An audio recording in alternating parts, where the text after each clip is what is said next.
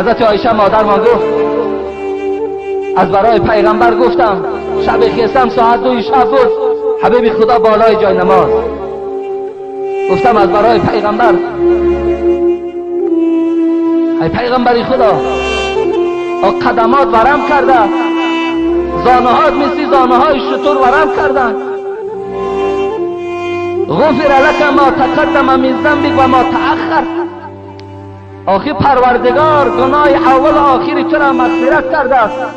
خواب نمیکنی جانت کمتر راحت کنه. حبیب خدا چی گفتن؟ در جواب پیغمبری خدا گفتن افلا اکون عبدا شکورا. ای عایشه تو محبوب ترین زن من هستی، پدر تو محبوب ترین مرد به سوی من است، لیکن این خیستن من، این عبادت من نشانه او است که آیا به سوی پروردگار افلا اکون عبدا شکورا، آیا به سوی پروردگار از جمله بنده های شکرگزار نباشم؟ ببین حدیث های دیگر میگوید پیغمبر خدا ساعت 2-3 شب میشید خانه علی میرفت، خانه دامادش، دختری دوستدارش فاطمه. دروازه او را تق تق میکرد و میگفت الا تصلیان، نماز شب خواندین یا نخواندین؟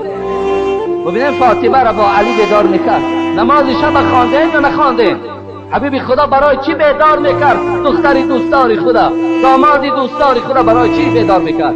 به خاطر میدانست که در نماز شب چی راحت است، در نماز شب چی اجر هست برای بندگان نیکبختی است. پروردگار بر آسمان دنیا می آمده است، رحمتی او می گفته است کجاست بندگانی که از من چی خواهشی که دارن اجرا کنم، چی مشکلات دارن مشکلات چون دور کنم. پروردگار از بندگانش می پرسیده.